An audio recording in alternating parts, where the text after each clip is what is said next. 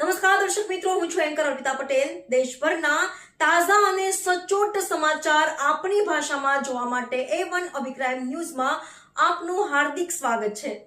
હવે જોઈએ મુખ્ય સમાચાર। રાજકોટ ધોરાજી અને ઉપલેટાના ટ્રક માલિક એસોસિએશન દ્વારા ડુમિયાણી ટોલ પ્લાઝાની મનમાની સામે ગાંધી ચિંધ્યા માર્ગે ગુલાબના ફૂલો સાથે અનોખો વિરોધ, પ્રાંત અધિકારીને આવેદનપત્ર પાઠવી ઉચ્ચ કક્ષાએ રજૂઆત।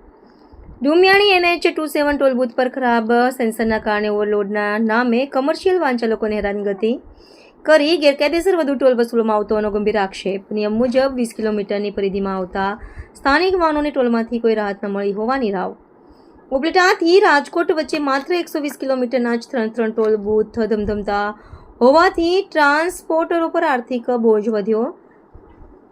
મંદિરનો સામનો કરી રહેલા ટ્રાન્સપોર્ટ ઉદ્યોગને બચાવવા અને ટોલ વસૂલાતમાં થતી ગેરરીતિ અટકાવવા વડાપ્રધાન, મુખ્યમંત્રી અને NHAI ચેરમેન સુધી રજૂઆત। જો યોગ્ય ન્યાય નહીં મળે તો હાઈકોર્ટમાં દાદ માંગવાની ચીમકી। રિપોર્ટર ફિરોઝ ચુનેજા, ધોરાજી। હું Rasikbhai Chavda, truck owners Dhoraji Upleta truck ઓનર્સો આજે અમે સાથે મળી અને ડેપ્યુટી કલેક્ટર સાહેબને આવેદન પાઠવવા આવ્યા છીએ, જે ડુમિયાણી ટોલ નાકે ટ્રકોને રોકી અને હેરાન કરવામાં આવે છે એ બાબતે। રસીભાઈ, કઈ રીતે હેરાન કરવામાં આવે છે લોકોને? એક તો ડ્રાઈવરની રોજીરોટી એની ઉપર હોય, વારંવાર આ પરિસ્થિતિનો સામનો કરવો પડે, શું કહેશો?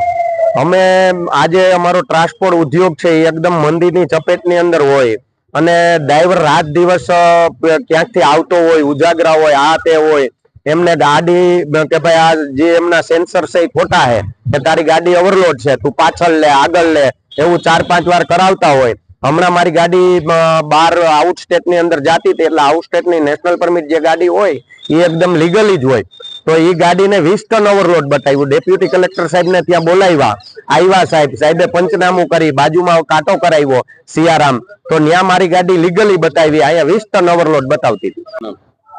મારું નામ દિનેશભાઈ ભીમાભાઈ ડોડિયા, ઉપલેટા રહું છું। હું એક ટ્રાન્સપોર્ટર ઓનર છું અને અમારી માંગ એ છે કે ઉપલેટા ટોલ નાકે ના સેન્સર છે એ અત્યંત ખરાબ છે।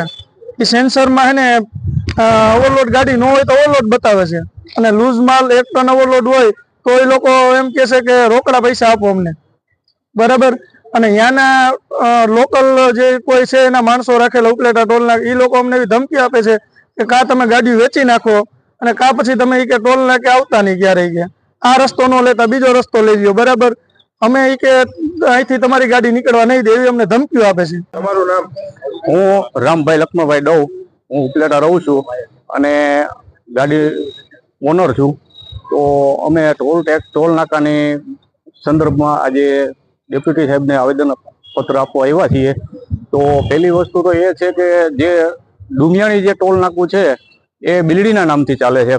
પહેલી વસ્તુ તો એ છે કે ભાઈ બિલ્ડીના નામથી ટોલ નાકું હાલે છે અને અહીંયા અમારી પાસેથી ખુલ્લી લૂંટ કરવામાં આવે છે।